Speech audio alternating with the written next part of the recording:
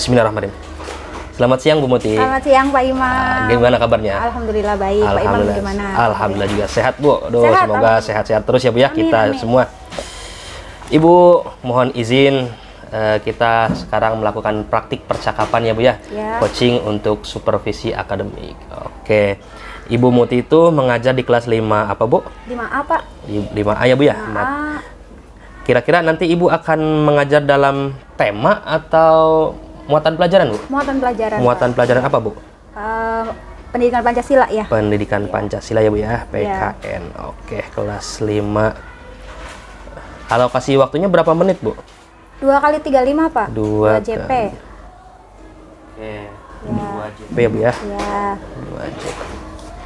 Ibu, saya mau bertanya Bu, kan kita itu sudah diskusi ya Bu ya tentang apa namanya penguatan kompetensi sosial emosional ya Bu ya. Dan kita juga sudah mengintegrasikannya dalam RPP, rencana pelaksanaan pembelajaran.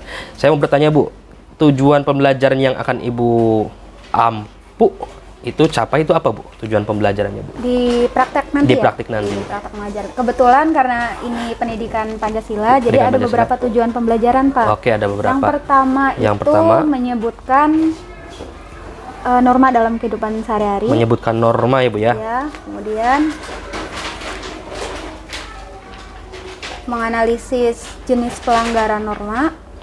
Menyebutkan norma, menganalisis pelanggaran ya Bu ya. Ya, pelanggaran norma. Satu laginya ya Bu, mangga pelanggaran. Menyebutkan bagaimana kita menanggapi atau mencari solusi dari pelanggaran norma tersebut Pak. Oke, menyebutkan solusi ya, ya. solusi terhadap pelanggaran tersebut. Ya. Oke, ada 3 ya Bu ya tujuan pembelajaran yang hendak dicapai. Yang pertama menyebutkan norma ya Bu ya. Kemudian yang kedua menganalisis pelanggaran terhadap norma, dan yang ketiga menyebutkan solusi terhadap pelanggaran tersebut. Oke Bu, dari 3 tujuan pembelajaran ini KSE mana yang hendak dicapai? Ada beberapa Pak KSE Pak. Saya buka dulu ya Pak ya. Boleh mangga, santai aja Bu. Ada yang pertama itu kesadaran diri. Kesadaran diri ya Bu ya. Ya, kesadaran diri. Kemudian kesadaran sosial, sama mengembangkan kompetensi berelasi dan juga pengambilan keputusan bertanggung jawab Pak. Oke. Dia ada 4 ya. Kesadaran diri, kesadaran sosial, keterampilan berelasi ya Bu ya. Keterampilan berelasi dan pengambilan keputusan. Oke, ada 4 KSE, indikator KSE yang hendak dicapai. Pertama kesadaran diri, kedua kesadaran sosial, yang ketiga keterampilan berelasi, dan yang keempat pengambilan keputusan. Oke Bu, boleh saya tahu Bu bagaimana nanti langkah-langkah pembelajarannya gitu? Boleh Pak.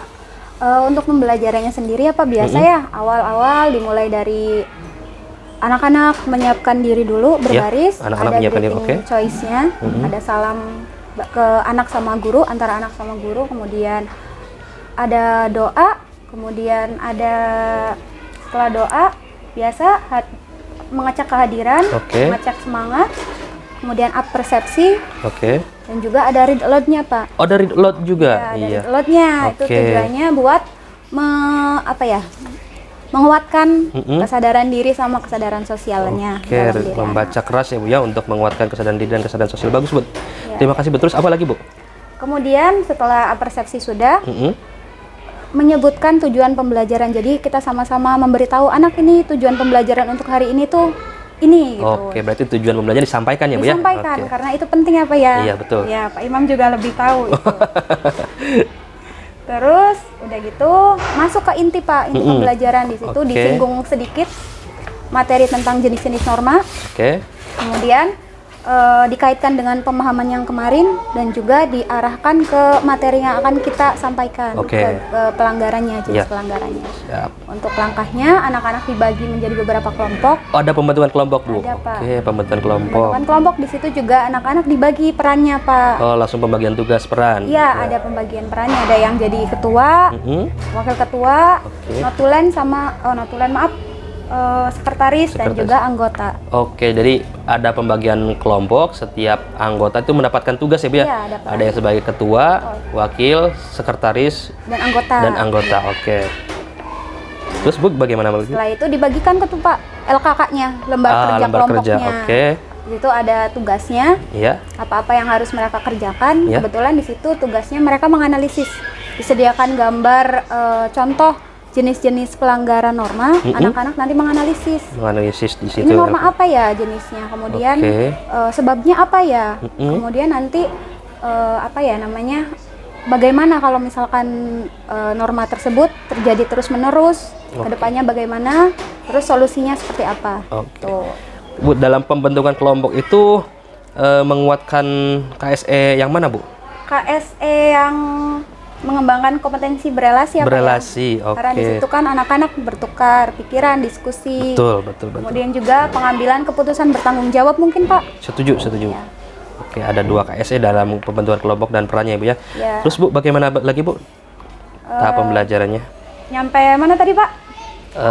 Anak-anak ya LKK. Dibagikan LKK, kemudian anak-anak mengerjakan. Setelah itu diskusi dimulai, guru tetap memonitoring. Terus juga kalau misalkan sudah selesai, baru setiap kelompok atau beberapa kelompok diminta untuk maju ke depan, mengkomunikasikan, menyampaikan kembali apa hasil diskusi mereka gitu Pak. Oke. Dalam anak-anak presentasi, apakah anak-anak nanti akan diminta, kelompok yang lain itu akan diminta menanggapi atau tidak Bu? Menanggapi Pak. Jadi dikasih kesempatan bagi kelompok yang lain memberikan pendapatnya, komentarnya, atau mungkin pendapat mereka aja Pak mengenai satu. Jadi ada tugas tambahannya lagi Pak, maaf tadi nggak detail ya. Jadi di kelompok itu anak-anak diminta juga buat membuat poster. Membuat poster Bu? Iya, bagaimana cara kita meminimalisir terjadinya pelanggaran norma di situ. Dalam LKK nanti ada poster juga Bu. Misalkan ayo hidup rukun, misalkan kayak gitu. Nanti anak-anak kelompok yang lain bisa menanggapinya. Gitu sih Pak. Keren Bu, keren sekali tahap pembelajaranmu. Saya yakin anak-anak ini terlibat secara aktif ya Bu. Mudah-mudahan ya Pak ya. Terus Bu, ketika mereka berdiskusi, adakah yang Ibu lakukan? Kalau guru, mungkin yang pertama itu mengatur jalannya diskusi biar tetap berjalan seperti yang kita harapkan ya Pak ya. Mungkin kalau misalkan diskusinya jalan, tanya jawabnya juga udah jalan, di akhir mungkin memberikan penguatan. Dan kalau misalkan ada beberapa kelompok yang belum mau memberikan pendapatnya, mungkin di situ peran guru untuk memancing kelompok yang lain.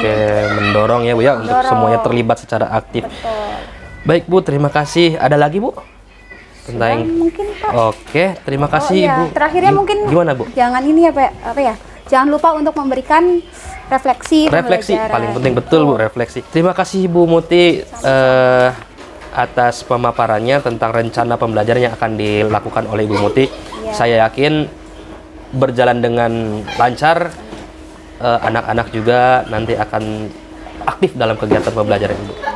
Terima kasih ya Bu ya. Sama-sama Pak Imam. Sampai bertemu di kelas ini.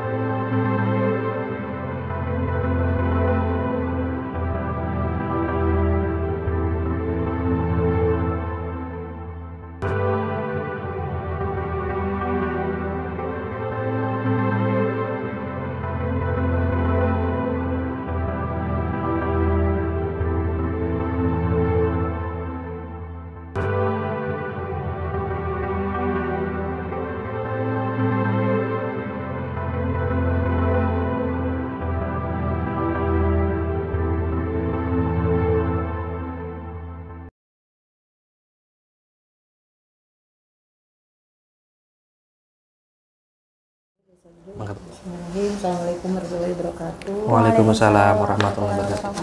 Apa kabar Bapak Ibu?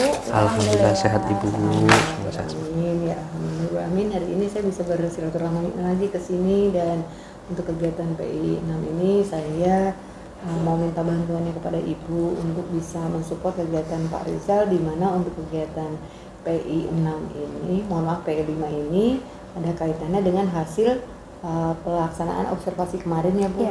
Jadi mohon kesediaan Ibu nanti untuk membantu Pak Rizal terkait berbagi pengalaman atau juga hal-hal yang berkaitan dengan observasi kemarin. Enggak, untuk selanjutnya nanti Pak Rizal yang akan memandu ya Bu ya gitu. Kepada Pak Rizal dipersilakan. Siap. Terima kasih Ibu atas kesempatannya. Terima kasih juga buat Ibu Muti yang mau bersedia menolong saya, membantu saya dalam kegiatan pendampingan individu yang kelima ini. Dalam pendampingan individu kelima ini, Bu Muti, saya mendapatkan amanah untuk melakukan percakapan pasca observasi ya Bu ya. Karena sebelumnya kita sudah melakukan percakapan pra-observasi dan melakukan observasi kegiatan pembelajaran yang Ibu Muti lakukan di kelas 5A. Baik ya Bu. Bu Muti, kita mulai percakapan kita. Kan sebelumnya kita sudah melakukan percakapan nih, pra-observasi, dan saya sudah melakukan observasi kegiatan pembelajaran Bu Muti. Sekarang kita akan melaksanakan percakapan pasca observasi. Nah, kira-kira ada harapan apa yang Ibu Muti punya, miliki terkait percakapan kita nih hari ini? Oh, harapannya ya Pak Iya. ya? Harapan saya mah dari percakapan hari ini, bahkan dari percakapan kemarin, saya bisa menerapkan kembali apa ya, menerapkan secara berkelanjutan mengenai budaya apa teh Pak? Penguatan gitu. Karena memang itu bagus sekali ya Pak ya. Jadi pengennya mah secara berkelanjutan gitu Pak, dari mulai kerja sama anak, interaksi komunikasi anak sama guru gitu. Gitu sih Pak. Oke, berarti harapan Bu Muti adalah semakin kuat pemahaman Ibu tentang penguatan KSE tadi Bu ya, KSE yang pernah kita bahas. Oke, terima kasih Ibu Muti atas harapannya. Baik Bu Muti, berkaca dari kegiatan pembelajaran yang kemarin Bu Muti lakukan, yang saat saya observasi, adakah kendala yang Ibu temukan dalam pembelajaran di kelas Bu? Ada Pak, ada beberapa kendala yang saya temuin ya Pak ya, pas pelaksanaan kemarin. Yang pertama itu dari segi waktu Pak. Segi waktu? Iya, ternyata rencana pembelajaran yang saya rancang, yang saya bikin itu, dan pas pelaksanaan itu waktunya kurang Pak. Waktunya kurang? Iya, karena memang setelah dilaksanakan ada kegiatan-kegiatan yang membutuhkan banyak waktu sekali. Seperti misalkan membuat poster, terus juga diskusinya itu materinya terlalu banyak. Jadi apa ya, memunculkan apa namanya, permasalahan-permasalahannya itu ternyata lebih banyak gitu Pak, nggak seimbang gitu dari segi alokasi waktunya. Jadi mungkin kemarin keteteran di waktunya gitu Pak. Selain segi waktu yang apa namanya tadi di luar prediksi ya Bu ya? Iya. Ada lagi Bu? Atau... Ada Pak. Yang kedua itu kemarin kan kita sudah diskusi masalah pembagian peran ya Pak ya? Pembagian peran di kelompok. Kebetulan kemarin saya menerapkan satu kelompok itu ada yang bertugas moderator ataupun ketua kelompok, wakil, dan juga notulen, anggota gitu. Dan kemarin diaplikasikan, ternyata ada beberapa kelompok yang tidak menjalankan perannya gitu Pak. Jadi ada yang ketua kelompok pengennya itu mencakup semuanya, mengerjakan semuanya, mulai dari mengatur anggota, kemudian menulis dia sendiri yang pengen nulis, terus memikirkan idenya juga dia, pemecahan masalahnya juga dia. Mungkin itu salah satu kendalanya Pak. Iya Pak. Kemudian ada satu kelompok yang tidak mau tidak mau bekerja sama. Jadi sudah dibagi perannya, ada yang ini, ada yang ini, ada yang ini, tapi ternyata pas pelaksanaannya tidak berjalan Pak. Jadi saling, udahlah kamu aja gitu. Izin menyimpulkan ya Bu ya, tentang yang kedua pembagian peran itu berarti ada dua kondisi ya Bu ya? Ya. Yang pertama ada satu anak yang ingin mendominasi, dan kondisi yang kedua semuanya malah saling menyerahkan tanggung jawab gitu. Betul Pak Imam. Berarti ada dua kendala yang Ibu temukan tentang waktu, alokasi pembagian waktu ya. Ternyata kurang, kemudian juga pembagian peran yang ada kendala.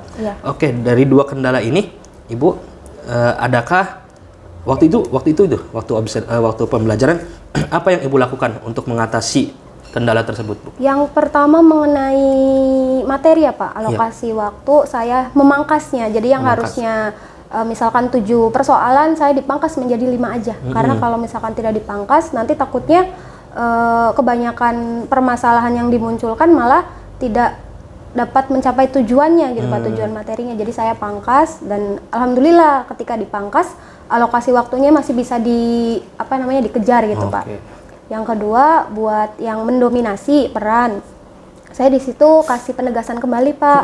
Kalau ingat dari awal kita perjanjiannya kayak gimana, maksudnya peraturan jalannya pembelajaran hari ini kayak gimana, ada peran ketua, wakil, jadi harus sesuai, diingatkan kembali, ditegaskan kembali. Nah ketika ditegaskan kembali, alhamdulillah satu kelompok yang awalnya tadi mendominasi, ketua kelompoknya sudah mulai bisa membagi-bagi tugasnya Pak.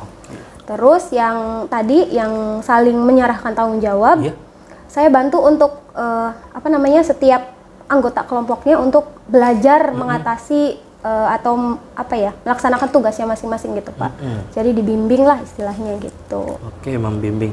Baik Bu, saya menangkap ada dari tantangannya tadi, kendala yang tadi ditemui Ibu menghadapinya. Yang pertama studi kasus ya Bu ya, dalam pembelajaran tadi ada studi kasus yang disampaikan itu dipangkas, tadinya 7 berkurang gitu ya, jadi 3. Kemudian tentang pembagian peran, yang pertama Ibu tegaskan kembali bahwa ini adalah tugas kelompok gitu ya Bu ya. Kemudian yang berusaha saling menyerahkan tanggung jawab, Ibu bimbing dan Ibu pandu supaya semuanya memegang tanggung jawab masing-masing. Oke Bu. Selanjutnya Bu, terhadap tantangan dan kendala ini, apa hal baru yang Ibu dapatkan dari kegiatan tersebut, Bu? Hal barunya tentu aja pemahaman mengenai budaya KSE apa ya. Terus saya juga memahami kalau ternyata ketika pembelajaran yang baik itu pembelajaran berkelompok harus ada tugas antar anggota kelompoknya. Jadi kan selama ini saya membagi kelompok itu ketika dikasih tugas ya udah gitu dikerjain bareng-bareng, nggak ada perannya. Nah ketika kemarin hal baru yang saya temuin ternyata lebih terorganisir nih ketika dikasih peran gitu sih Pak. Oke, jadi dapat sudut pandang baru ya tentang penguatan KS. Baik Bu, kan setiap kita mengajar apa yang kita rencanakan tuh ternyata ada kendala dan Ibu berusaha menyelesaikannya ya, mengkondisikan kendala tersebut. Adakah Ibu punya rencana untuk mengikuti pengembangan diri atau apa gitu Bu? Tentunya mah ada ya Pak ya. Pengen sekali saya meningkatkan kualitas mengajar saya. Alhamdulillah di sini juga kan sekolahnya itu sekolah yang memiliki komunitas pembelajar yang baik ya Pak ya. Kayak gurunya itu kadang kayak seperti contohnya Pak Rizal ini tuh Bu sering kali mengingatkan teman-temannya, ayo gini itu kan secara nggak langsung menjadi langkah pengembangan diri ya Pak ya. Gitu. Mungkin itu hal-hal kecil pengembangan dirinya. Harapannya mah ke depan tentu pengen adanya kegiatan kayak gini lagi Pak, ada pengembangan diri lagi gitu. Oke. Pengembangan diri. Dalam waktu dekat, adakah rencana Ibu untuk mengikuti pengembangan diri, misalkan pelatihan, workshop, atau diklat gitu Bu? Kalau rencana dekat, mungkin kemarin udah daftar webinar sih Pak, yang online tuh. Webinar online. Itu. Tentang apa tuh Bu? Tentang ciptakan pembelajaran yang kreatif. Ciptakan pembelajaran kreatif, mantep itu Bu. Kapan pelaksanaannya itu Bu? Tanggal 4 November Pak. Tanggal 4 November ya. Baik Ibu, tentang tadi kegiatan pembelajaran kan saya sudah melakukan observasi. Mohon izin Bu, saya juga ingin menyampaikan hasil observasi saya terhadap Ibu ya. Mangga Pak. Pertama, apa yang Ibu rasakan tentang tadi bahwa ternyata segi waktu, alokasi waktu ya Bu, saya juga memantau. Iya betul, karena bisa jadi ini adalah hal yang baru gitu. Pembelajaran Ibu sudah bagus dari mulai perencanaan sampai eksekusi, karena topiknya terlalu lebar ya Bu ya.